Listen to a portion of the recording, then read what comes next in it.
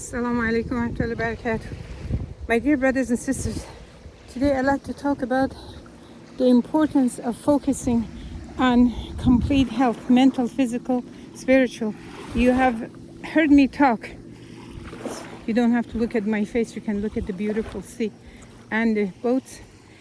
What I'd like to tell you and remind you again, and this is Ramadan, this is a very important reminder that we cannot possibly have health, mental health, physical health, and spiritual health unless we have one aim in mind.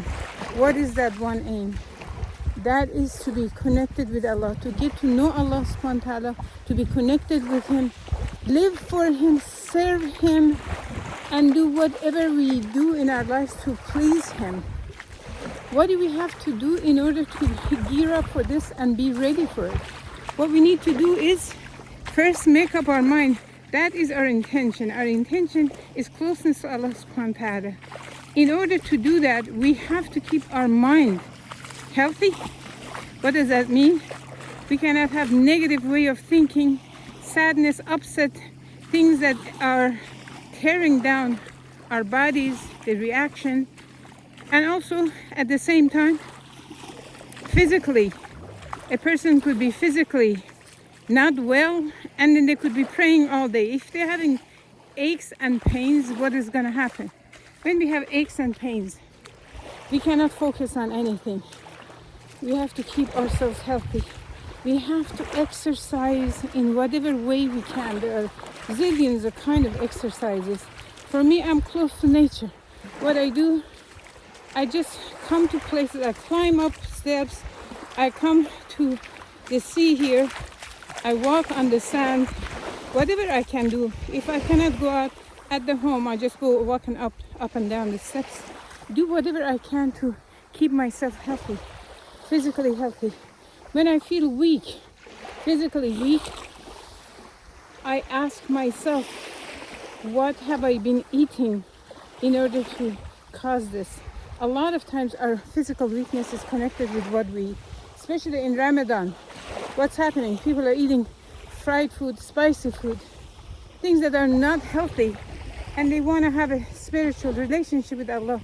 When their stomach is full, they cannot sleep well or they cannot wake up. So what we have to do is be really conscious, and we have to be able to say no. Somebody offers us a donut or a fried something. We have to just say, well, I'm changing my diet, whatever you like to say. You have to be conscious of what you eat, because what we eat, it really affects pretty much everything. If we are not well physically, we cannot be well mentally. We cannot be well spiritually. We cannot focus on our ibadah. We cannot. So physically, we have to pay attention what we eat and take responsibility about the food that you eat. You're not a victim, just whatever somebody puts in front of you, you eat it. No, you either advise the person who prepares the food to prepare healthier food. Please stay away from fried food and a lot of spices. And there are a lot of healthy foods. You know, you don't have to be vegan or vegetarian, but honestly, vegetarian diet is much better. Even vegan diet is much better than eating whatever you can. So please take care of what you eat, and also exercise in whatever way you can. There are lots of videos online that give you exercises, whatever your level is. When you're able to do that, then you're able to spiritually make the proper connection. Don't think that you can just ignore everything and be spiritually in excellent shape. You cannot. If you're aching, you have pain, your mind is going all over the place, negative, you cannot possibly focus spiritually to be close to Allah subhanahu wa ta'ala.